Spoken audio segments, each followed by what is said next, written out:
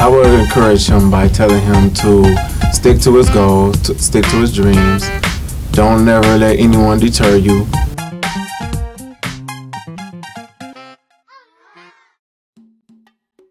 Let the word go forth here and now that the struggle for freedom is still alive, and the story of that struggle is still being told. We begin with guttural cries and wrenching moans and visceral groans and weary lament and silent tears. And how this grand people of African descent could transfigure such misery. Big. There we go. And in 4, 3, 2, 1. Welcome, welcome, welcome to Verbal Libations. Give yourselves a warm round of applause tonight. We want to thank Technical Production. We want to thank Change, Change. I can spell. We want to thank Arian Muhammad and Change Youth Workshop. We want to thank Spectacle Production. We want to thank Flint Odyssey House. Give Flint Odyssey House a warm round of applause. We got a beautiful, beautiful show for you tonight. I want you to know that if you're not here, you don't know what you're missing. This is the place to be every, for now, fourth Tuesday of the month, but to be changing soon. Look forward to that. We thank you all for tuning in today. Give yourselves a warm round of applause. Give the audience a warm round of applause. Give the studio audience a warm round of applause. Y'all got to do better than that. Y'all got to do better than that.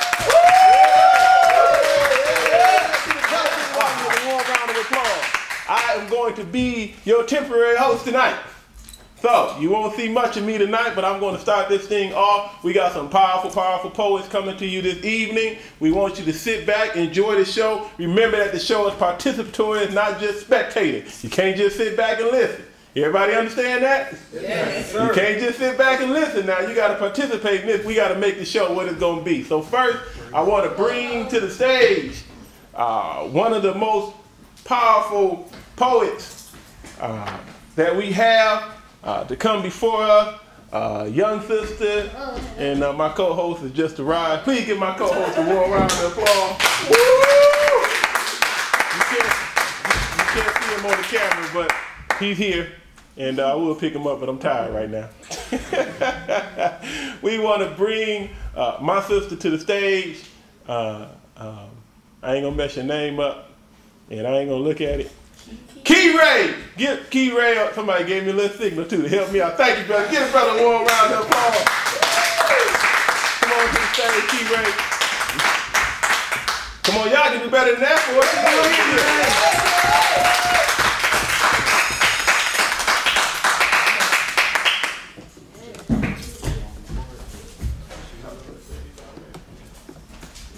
Hi, y'all.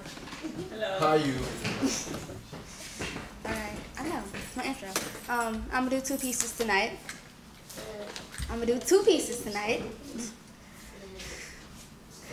The first one is called Rebirth. Go in, poet.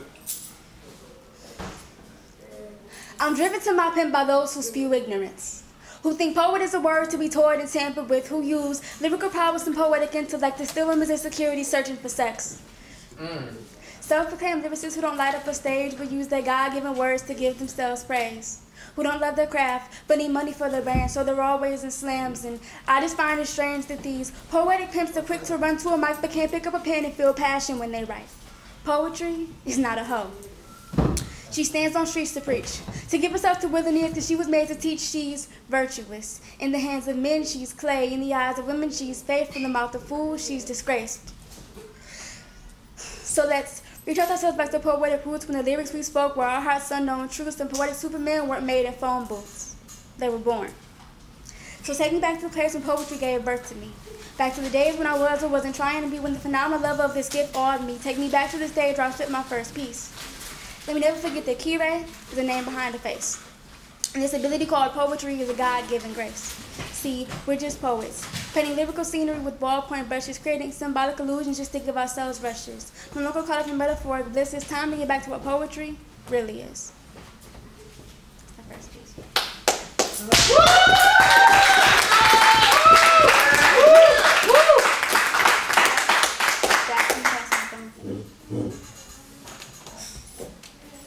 This next one isn't fully memorized. Please don't judge me.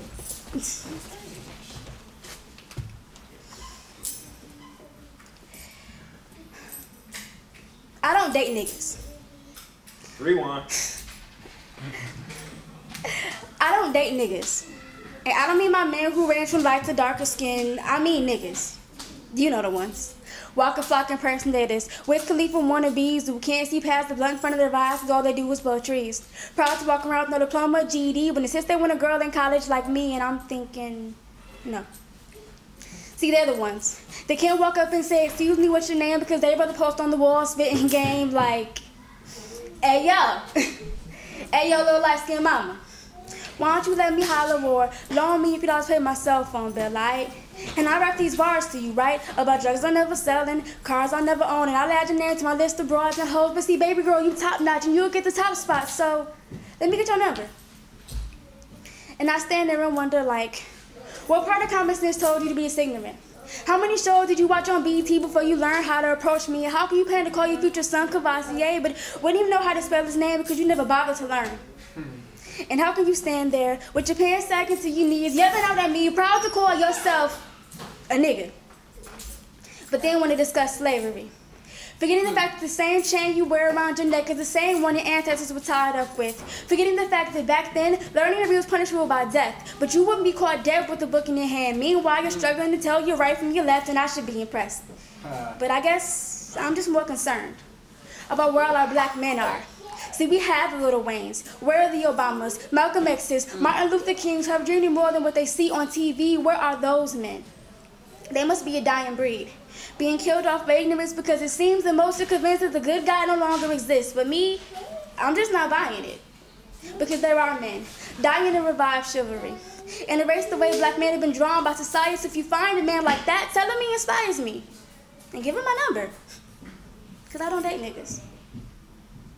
Woo! Oh.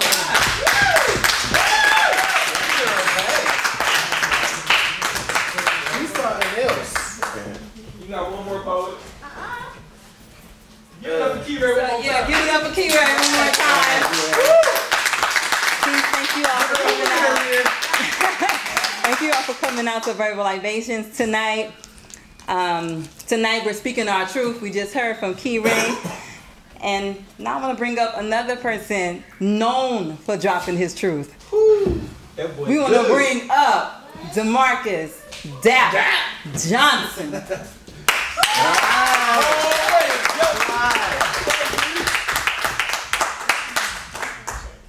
Hello, everybody. How you doing? I'm doing some pieces who I ain't really got committed to memory yet, so bear with me. I think I got it. I don't know. First piece I'm gonna do is called "Choke on This Message." Choke. So fitting in with the in crowd was never an option. Accepted by all, but I still feel like a nigga put up for adoption. But like Martin, I dream. I dream for the freedom of my own mind. Not even held captive by the white man, but still a slave to time. And I try to fight my way out of reality by shutting down my emotions. But these thoughts come as fast as a freight train, and it still feel like I'm going in slow motion. And people talking about it's easy to cross life's ocean. But what happened when the storms of life are raging and the waves of the ocean are overtaken? Overtaking your physical strength to fight another day. Oh, I got it. I'm supposed to fight the good fight of faith, but what happens when hope is deferred and faith is no longer heard?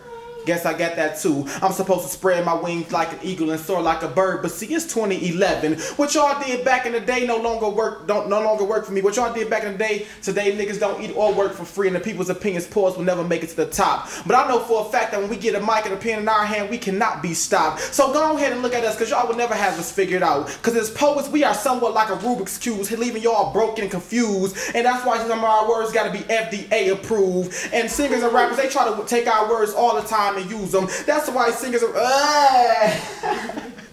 I'm going too fast. FDA approved. What? Our words got to be FDA approved. Because I know for a fact when we get our books and CDs out, our poetry goes stack dough. And not to mention, but look at Maya Angelou. She made bread just by convincing women that they was phenomenal. And Talam Acey said they trying to convince young women that Jill Scott don't exist. Because if a woman knew she was golden, she wouldn't allow no one to call her a bitch. Therefore, I am thoroughly convinced. I need no man's approval. So take this hold and never regurgitate my confidence. For all I care, you can twist it down your throat and call it cockiness. Because see, I will no longer, it's not my part that y'all get my method of speech confused, but I will no longer let the message of my fellow poets be abused. Because singers and rappers take our words all the time and try to use them. Forget that, niggas, y'all don't even know how to use them. Because singing and rapping was your choice. Spoken word and poetry is our voice, so let us shine. And to all our haters, when y'all get a message or a notification on Facebook, don't check it. Just come notify all the poets once y'all choke on this message.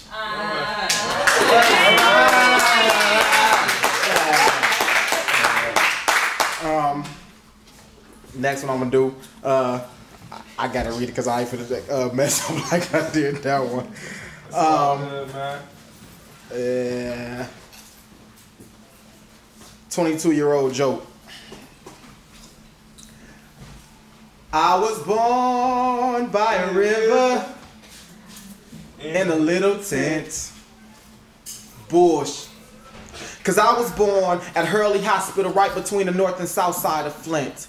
And it is here where I grind. It is here where I try to shine, yet my fate is on a thin line of hate. Cause sometimes I just want to get the hell up out of here. But every time I try to leave, something keeps holding me back. So I fall back and I try to sit back and I think back on how it is so much that try to hold me back. How about point number one? The fact that I'm black. Point number two, they think us artists out of Flint is whack, but truth is, we got more talent than the next man. Create more chaos like Tate Diggs did in The Best Man. We just trying to be our best man, putting forth our best hand. Cause see, what comes off our tongue has increase in demand. And all we is just poets, looking for a way out. And before you try to get to know me, please don't try to figure me out. All because I'm from Flint. Hell, look at Mark Ingram and M.L.King. Please, we all see where they went, and I'm just like them. Except I got a bag full of hope and a pocket full of dreams, feeling like a fallen angel cause somebody clipped my wings, but I will not stay on the ground cause I deserve no zero. Cause emptiness does not reside in me like ground zero, and I may not be Superman with an S on my chest, but I am somebody's hero, even if I am my own hero. So let's talk about the spiritual. We keep our Bibles at bay so we can do what we want to do and not exactly like the words say. Y'all know how I go. We fall down, but we get up only to fall again, then get back up, then down again, then up again, then down again. It seems like we can't win. Cause we was born in sin and shaped in iniquity. And if hell is our home, then it's gaining hella equity. And I know the prayer of David was to give me a clean heart, but forget a clean one, I just want a whole new one. I'm tired of confusion, from the pulpit to the school system and through the mind of all men. And you know it's crazy, cause as I stare from my bedroom window, I watched the body bag be carried to the ambulance truck, and I thought about all the changes the body goes through before it makes that final transition. Do they ask for forgiveness and get into heaven by default? Or was they really saved and just didn't have the real doctrine of Jesus Christ taught? And I wonder if you were led wrong, especially considering the facts that the head ain't really the head, and truth is they probably gave some head to get ahead. So go ahead and force me to fall through the cracks. Pump me up with a needle full of deception like I'm high off crack. Crack my head to the white meat and wake me up and tell me everything that happened to me was a dream, and that my life represents the dream of an innocent child whose dreams have been deferred, and the broken silence from the loud screams from a desperate cry of never being heard, like those empty words, I love you, that felt more like I hate you. So now I hate through my problems and hate through my situations, and now I seem to be a prisoner in my own mind, thinking I could do things on my own time like I own time, but time waits on nobody, so I better move mine. But I need help because I need to be saved, because they say whomever call upon the name of the Lord shall be saved. So I say Jesus, Jehovah, El Shaddai, Ishua, cause yes you are the one and only Savior.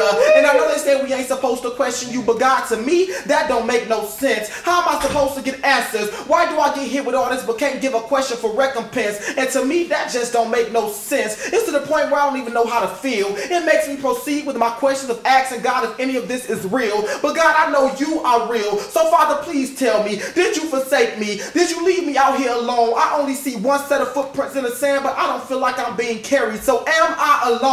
But I am not alone. My pain is my story. My struggle is my testimony. My right is a